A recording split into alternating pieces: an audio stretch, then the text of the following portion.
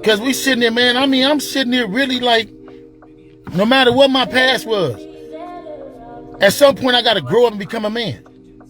Sometime I got to grow up and be the person that's helping our community. And that's what I've been doing. And we got kids dying and people, I mean, you know. Anyway, let me get back on my stovepipe. We trying to get our comprehensive ways to stop this. You know what I mean? We got babies dying. Weeks behind weeks. Every weekend we losing another kid, 16. You don't even get to make your own decisions till you 11 or 12. Yeah. I'm gone. And y'all stop unfollowing everybody that says something negative, man. Because you gonna realize it when something happened to one of your kids. You're gonna realize it when something happened to somebody that you love. That's when you're gonna realize it. All right. Sadly enough, the only way to eradicate it is for the adults to cut complete ties with it. Because you got too many adults who are still owning that. Who say stuff to these kids like, back in my day, we used to do this. And when we was in the streets, as if you telling these kids like, y'all not doing it right. Giving them a goal to achieve. So now they feel like they need to go harder to outdo that last generation. So the adults have to cut ties with it. Not own no part of it. You feel me? So that'll make it seem lame to that next generation. And for that next generation, you know, the 16, 17, 18, all those youngest right there, they have to want to be done with it. They have to say enough is enough. That generation has to value life. You feel me? Overall, the death that's being spread. So that next generation coming behind them looks at the stuff they used to go on and be like, man, they was dumb in that generation. I'll never be like that. You have to make it uncool. Since it's cool, it's hard to eradicate. Make it uncool. That's the only way that we could do away with all the senseless violence. You feel me? But on the cool, man, we got a bunch to talk about for today. And we got JT the Bigga Figga. Y'all see we got the OG Big U. And JT the Bigga Figga has some issues going on from an interview that popped out. What was going on? I was rapping with a lot of the Bay Area rappers and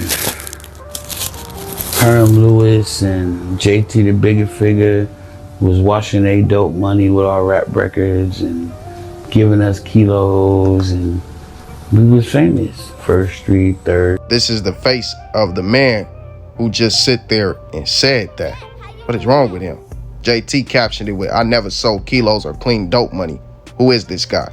Y'all see Prezi commented under there and said, he's saying anything. Barbara T commented too and said, what the F? That was exactly my thoughts. JT the Bigga Figga then goes on to post a video where, you know, he responds to this particular interview. So you got your kilos from me. And you watch my dope money. The f would I be rapping for if I had kilos and dope money? Stupid. Then he goes on to share this old pic of him back in the days when, you know, he was really rapping and doing his thing. And he captions it with, JT the Bigga Figga, CEO, 1992. I never looked back from the goal of being independent and legit. Everything off talent and pressing up my own tapes and CDs and keep making new albums to sell. That's how the money came. You got to buy from me directly. I taught all my young homies and they young homies and big homies. It's spread around America. The independent game paying better than the dope game. Less risk and more freedom to go big. I never came up trying to sell dope. I failed, but I won in the rap game. My story impacted other guys trying to do the same thing. Overcome the streets and switch lanes for longevity. God's plan. I ain't never been no drug supplier, but I supplied the world with dope albums, artist projects, big history, independent game facts. So y'all see my boy, he letting it be known. Hey, this dude is straight up weirdo. I ain't never been involved in that game. I only been involved in issuing out these tapes. You know what I'm saying? If you listen to JT the Bigga Figga, he never talked about selling any packs. He always said he tried before, he fumbled. He was in the streets, you know, he ran the streets. But see, this is where the rap game got y'all confused. They make y'all believe that everybody who was in the streets sold DRUGSs, but that's not the case. Some dudes is out there because they ain't got nowhere to go. Some dudes is out there because they believe it's fun. Some dudes are out there because they muscle, they protection. Some are out there to be shooters. Some are out there to, be hustlers, get it off the muscle. And I don't even just mean DRUGSs. They can hustle whatever. You know what I'm saying? They might just hit licks to hustle, which ain't a good thing, but they might mow grass, do whatever, Everybody got a different type of hustle. Y'all know what I'm talking about. Then you got the other dudes who out there just to be the party man. He pull in the broads. He always got something going. He always trying to function, that type of time. So not everybody has the same job, and rap got y'all fooled by that. That man straight up letting it be known this dude is delusional. And for him to hop on there and do something like that, that is some straight police stuff.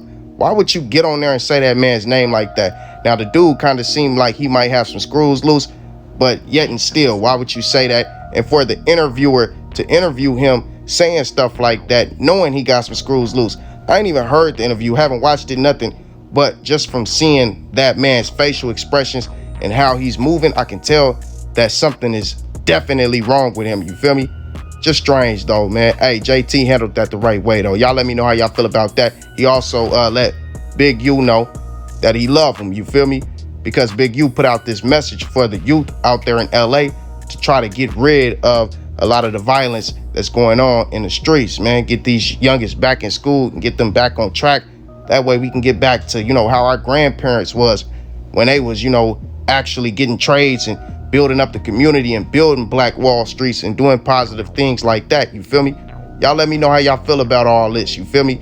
Hey, and also, I'm going to drop another boxing video for everybody who responded on the last one. You know what I'm saying? I didn't respond to the comments because I'm going to put y'all comments in the video and respond to y'all like that. We're going to get these boxing conversations going. You feel me?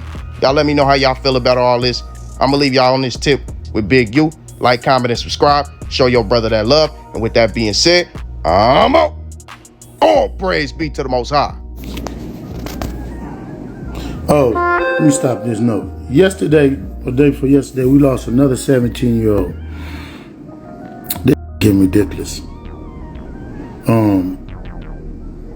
It's something that we all need to do as OGs or so-called influencers. We need to, I'm writing up a proposal right now to where we can get all these youngsters to start being able to come and be in the room and find a way for these youngsters to be able to meet as different organizations. It's several different organizations throughout LA, intervention groups. Maybe if we can bring and do like concerts or shows together where we get the kids together to get to know each other. And we had a 17-year-old who died who actually played football for us. He played 1 year with us. He was Coach Frazier's nephew. And he just got killed yesterday. So we need to start throwing ideas out there on how to get these kids together. I'm writing up one proposal, like I said, I'm still trying to map it out in my head to where we come together bi-weekly or through days during the week, and we all bring different youngsters from different sections to come meet each other. It don't have to be the ones that's in the streets. It don't got to be the knuckleheads. It don't got to be the ones. It's no such thing as knucklehead. Let me take that back. I apologize for that. But it's got to be an effort for people to meet. So if you got where kids run into each other, maybe if one or two know each other, that could stop, violence that would result in somebody getting killed. You know what I mean? But I mean, it's not no perfect fix, but we gotta try to start making an effort to bring in people so they don't grow up with the mentality that this dude versus me, versus me, versus me. You know what I mean? And just in the last 3 weeks, we didn't have 4 youngsters under the age of 18 that just been killed. So on this day, I'm writing this up. I need help from other people like mine, especially people within LA that want to see this change. So, and it ain't perfect, and no, it ain't nobody right. We're not gonna have the police involved. We're not gonna have the news media involved. We're not gonna have no filming. We ain't gonna have none of that. We're gonna have meetings where kids get together. Ain't no meetings. I mean, ain't gonna be no media. Ain't gonna be no nothing. where people can get together, eat, learn each other, probably share music, do stuff like that. We ain't gonna do nothing for clout. We're not doing nothing for clout. We're not doing nothing for clout. So this is the plan, this idea. We're gonna try to get this thing going as soon as possible. Rest in peace to the baby. I just got through eating.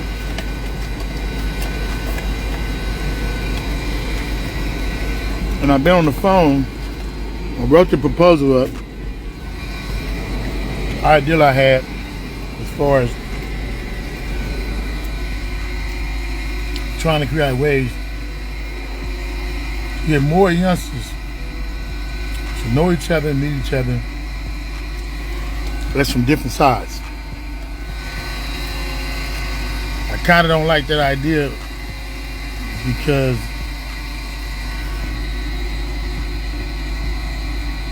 it will require us to take kids places and then unite, put them together. So what I'm trying to think of, and I'm asking everybody on here, is on ways that we can get the vast majority of these different kids from different areas to come and be able to know each other, get to meet each other. And to me, that's the way you stem gang violence. You stem it by getting people to know each other, getting people to have open discussions, and let people know it's all right to be from a certain area. And we need to teach the young kids what adults have to eventually learn about conflict resolution and being able to, you know what I mean, not win every argument. Like it should be like rules of engagement. Like if you say your hood, then he say his hood, it's to stop right there. Not to say nobody gotta stop it, or not to say that's a violation, but that it should stop right there. Like, okay, you told him where you was from, he told you where he was from.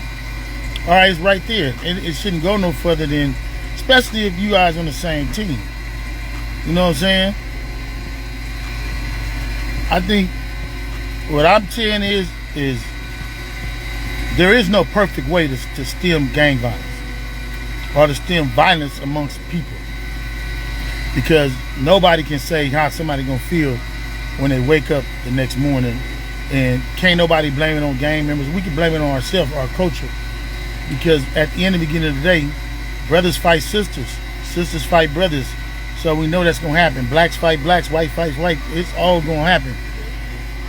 But right now, we're trying to come up with solutions and ideas. But like I said, we just lost a 17-year-old yesterday, and he played for us. I mean, you know what I'm saying? It's getting to be ridiculous because, you know, when you got kids and these kids are raising up in these organizations, and it's not grown people killing kids, it's kids killing kids. You know what I'm saying? So we got to figure this out. We got to figure out ways to, you know what I mean, to get in front of it. We got to figure it out real fast. Not tomorrow, but like we need to figure that out like ASAP. So I'm gonna be going. I'm finna go out here to practice right now. If you got ideas, reach out to me, send them to me. One idea that I'm thinking about, off of what I just sent there and wrote hours, is if we could get into the high schools and create a bridge program in the high school with all the different kids, where the kids go to different high schools and kids meet each other and become friends and commune in different high schools, and you know what I mean? And that's just another idea I threw out there. But like I said, if you ain't with positive, if you ain't with doing something positive, if you ain't breathing positive on this Instagram and on this feed, then you a hater. Then everything about you is about destroying us and our people. So if y'all see somebody here saying some ignorant stuff, when we talking about people losing their lives, a 17-year-old just lost his life. We had, in the last 3 weeks, 3 16-year-olds lost their lives. That's on us. Social media should be used to help unify our people. And no matter what somebody's past is, I still see people going up and down my timeline saying the most ignorant stuff possible. You know what I mean? That's the distraction. You know, but I'm gonna address that distraction in a positive way. We need to make people be responsible.